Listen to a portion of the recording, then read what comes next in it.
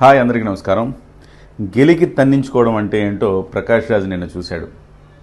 ఎందుకంటే ప్రకాష్ రాజు పవన్ కళ్యాణ్ గారి మీద ఒక ట్వీట్ పెట్టాడు. దానికి గూబ గుయ్యమనేలా బండ్ల గణేష్ ఒక రిప్లై ఇచ్చాడు. ఆయన ఏం ట్వీట్ పెట్టాడు, ఏం రిప్లై ఇచ్చాడు, అసలు ఎందుకు ఇంత సీరియస్గా బండ్ల గణేష్ స్పందించాల్సి వచ్చింది అనేది మాట్లాడుకుందాం. ప్రకాష్ రాజ్ గారు ఏమన్నారంటే, తెలంగాణలో మేము పోటీ చేస్తామని పవన్ కళ్యాణ్ గారు అంటే దానికి ఒక కౌంటర్గా ప్రకాష్ రాజ్ ఒక మాట అన్నాడు. మీరు వస్తానంటే మేము వద్దంటామా, రండి దొర, కానీ వచ్చే ముందు ఉత్తినే వస్తారా, పొత్తుతో వస్తున్నారా లేదా సింగిల్గా వస్తున్నారా అది చెప్పి రండి అంటున్నాడు. అంటే ఇక్కడ చూడండి, మీరు వస్తానంటే మేము వద్దంటామా, అసలు నీకేం హక్కు ఉంది వద్దనటానికి ప్రకాష్ రాజ్? అసలు ఏంటి ఆ ట్వీట్? నువ్వెవరివి ఇక్కడ? తెలంగాణలో నీకేం కావాలి? సో ఇదేదో తెలంగాణ తరపున తాను ప్రతినిధిని అన్నట్టు, తనది తెలంగాణ అన్నట్టు, మీరు వస్తే నేను ఆహ్వానిస్తానన్నట్టు ఇలాంటి ఎక్స్ట్రా మాటలు ఆయన మాట్లాడారు. మళ్ళీ ఇంకోటి ఏంటి, రండి దొర అంట, అంటే వెటకారం.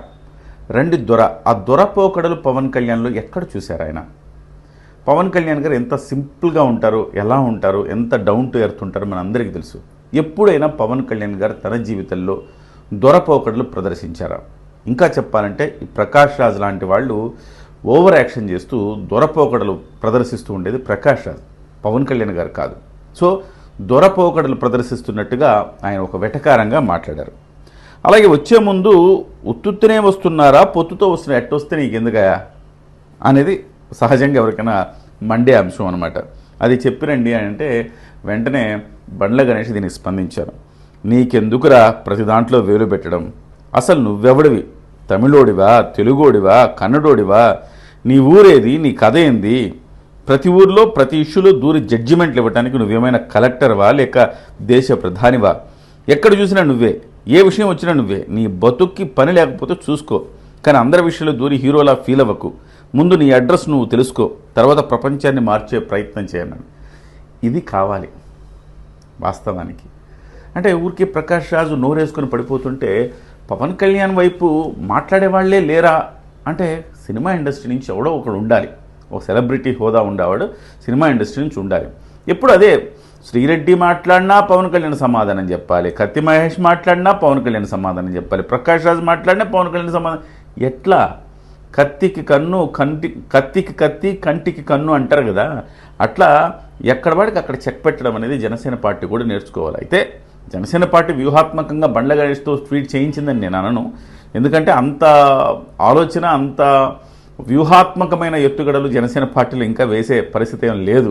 ఎందుకంటే పవన్ కళ్యాణ్ గారు ఏమంటారంటే, ఏదైనా నేను చూసుకుంటా, ఫేర్గా ఉంటా, నిజాయితీగా ఉంటా, ఇదే నన్ను నడిపిస్తుందని ఆయన అనుకుంటాడు. కానీ ఒక్కో సందర్భంలో ఇలాంటి వ్యూహాలు, కుయుక్తులు కూడా పన్నాల్సిన అవసరం ఉంటుంది రాజకీయాల్లో, తప్పదు. కానీ అనుకోకుండా పవన్ కళ్యాణ్ గారికి చాలామంది పవన్ కళ్యాణ్ గారు అంటే విపరీతమైన అభిమానం ఉండేవాళ్ళు, ఆయన వ్యక్తిత్వాన్ని అభిమానించే వాళ్ళు చాలామంది ఉంటారు. అందులో బండ్ల గణేష్ ఒకరు. బండ్ల గణేష్ ఈ రకంగా గట్టిగా నువ్వెవడివరా, నువ్వేంద్రా అని చెప్పేసి ఆయన మాట్లాడేసరికి ఇది పెద్ద చర్చనీయాంశమైంది. దీన్ని ఇక బండ్ల గణేష్ గారిని ఆ ఛానల్ ఈ ఛానల్ పిలిచి మాట్లాడడం కూడా జరిగింది.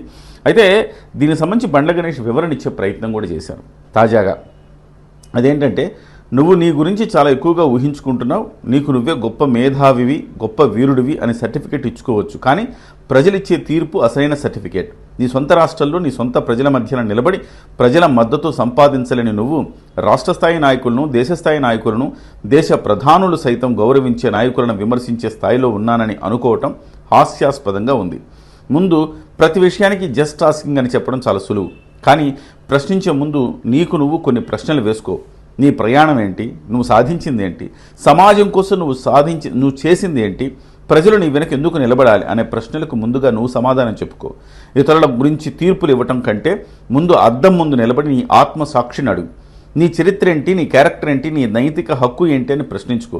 ఎందుకంటే ప్రజలు మాటలు కాదు వ్యక్తిత్వాన్ని నమ్ముతారు, విమర్శలు కాదు విశ్వసనీయతను గౌరవిస్తారు. ఆ రోజు నీకు అర్థమవుతుంది, ఎత్తైన పర్వతాలను చూసి రాళ్లు విసరడం వల్ల ఎవరి స్థాయి పెరగదు. అద్భుతంగా రాశాడండి. Hats off to Bandla Ganesh. ఏంది బండ్లన్న ఇట్లా వాయించేసినావు ప్రకాష్ రాజ్ని? ప్రకాష్ రాజ్ ఈ ట్వీట్లన్నీ చదివిన తర్వాత ఆత్మావలోకన చేసుకోవాలి. ప్రకాష్ రాజ్ ఏం చేశాడు? మరి కుక్కను వదిలాడు. బండ్ల గణేష్ మాట్లాడుతున్నాడని తన కుక్క ప్రశ్నిస్తానని ఒక కుక్క బయలుదేరుతుంది కదా, ఆ కుక్కను వదిలాడు. ఆ కుక్క ఈరోజు ఏదో బండ్ల గణేష్ గురించి మాట్లాడుతుందట. చూద్దాం ఏం మాట్లాడుతుందో. అయితే నేనేమంటానంటే, ఎందుకు ప్రకాష్ రాజ్ కొంతమంది అంటున్నారు, ఈ సోది ఛానల్లో సోది చెప్తూ ఉంటుంది కదా, ఆ అమ్మాయి ఏమంటుందంటే, ప్రకాష్ రాజు అంటే నిన్న మొన్నటి వరకు ప్రకాష్ రాజ్ని హేట్ చేసిన అమ్మాయి వెంటనే మెగా ఫ్యామిలీలో ఒకళ్ళని ఆ రకంగా పవన్ కళ్యాణ్ని ఆ రకంగా మాట్లాడేసరికి దాన్ని ఆహ్వానిస్తోంది. ప్రకాష్ రాజ్ అన్న దాంట్లో తప్పేముంది అంటది. ఆ హ్యాష్ ట్యాగ్ ఏదో ఉంటుంది కదా, దాంట్లో ఉంటుంది. సో ప్రకాష్ రాజ్ మాట్లాడిన దాంట్లో తప్పేముంటుంది అంటుంది అనమాట. వీళ్ళందరికీ తెలియాల్సింది ఏంటంటే, ప్రకాష్ రాజ్ మాట్లాడిన దాంట్లో తప్పు ఉంది. దొర అని పవన్ కళ్యాణ్ గారిని సంబోధించడంలోనే ఆయన మొదటి తప్పు ఉంది. మీరు రండి మేము ఆహ్వానిస్తామన్నట్టుగా ఆయన మాట్లాడటంలోనే ఆయనకి ఏం సంబంధం కాబట్టి మాట్లాడతారు. ఇదొక 2. సో ఉత్తినే వస్తావు ఆయన ఎట్లయినా వస్తాడు, నీకెందుకు, నీకు చెప్పి రావాలా? సో ఇవన్నీ పక్కన పెడితే ప్రకాష్ రాజు ప్రతి సందర్భంలో కూడా పవన్ కళ్యాణ్ గారిని టార్గెట్ చేస్తూ ఉంటాడు. అటు పవన్ కళ్యాణ్ గారు ఏం చేసినా దానికి ఒక నెగిటివ్గా మాట్లాడటం అనేది అతనికి అలవాటు. ఈ హ్యాష్ ట్యాగ్లో అమ్మాయి ఉంది కదా, అమ్మాయి ఏం మెగా ఫ్యామిలీ ఏం చేసినా బాలకృష్ణ గారి మీద అభిమానంతో వీళ్ళని తూలనాడడం అనేది జరుగుతూ ఉంటుంది. అట్లానే ఇతను ప్రకాష్ రాజు జగన్ మీద అభిమానంతో, కేసీఆర్ కేటీఆర్ మీద అభిమానంతో పవన్ కళ్యాణ్ గారిని తోలనాడుతూ ఉంటారు. ఏం చేసినా అతనికి నెగిటివ్గా కనపడుతుంది. ఇలాంటి యూజ్లెస్ ఫెలోస్కి మామూలుగా చెప్తే అర్థం కాదండి. మరి ఎందుకు బండ్ల గణేష్ గారు అంత ఫైర్ అయ్యారంటే, మామూలుగా చెప్తే అర్థం కాదు కదా. మనిషికో మాట గొడ్డుకో దెబ్బ అన్నారు. మనిషికి మాట చెప్తే సరిపోద్దు, గొడ్డుకి ఏం చేయాలి? దెబ్బ కొడితే తప్ప కదలదు కదా. అది చర్నాకోల దేశం కొడితే అప్పుడు ముందుకెళ్ళాలని తెలుస్తుంది, దానికి వెళ్ళమంటే వెళ్ళలేదు కదా. సో గొడ్డు లాంటి వాళ్ళకి ఏం చెప్పాలంటే ఇలానే చెప్పాలి. ప్రకాష్ రాజ్ కూడా ఒక గొడ్డు, ఒక మానవత్వం లేకపోతే మనిషి తత్వం లేని ఒక గొడ్డు. అట్లాంటి ప్రకాష్ రాజ్కి ఏం చేయాలి?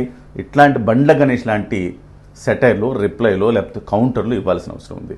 బండ్లన్నా శభాష్, నీలాంటి వాళ్ళు నిలబడాలన్నా ఖచ్చితంగా ప్రకాష్ రాజ్ లాంటి వాళ్ళకి మూతి పగిలే సమాధానం చెప్పాలి.